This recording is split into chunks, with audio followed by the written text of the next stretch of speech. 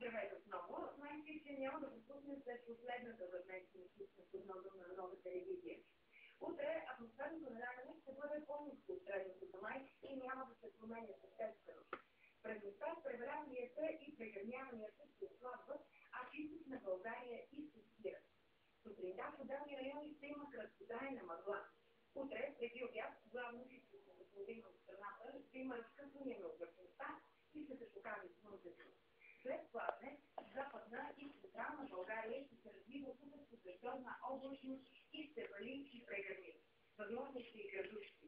Максималните температури ще бъдат между 20 и 26 градуса, за района на столицата градусите ще са 20, по Черноморието 24-26.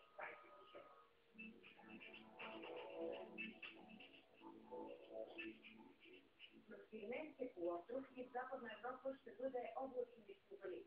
На места дъждът ще бъде приближен до гръмотеви. Северна Испания и Южна Франция валежите ще бъдат интензивни. Дъждовете очакват на скандинавския полуостров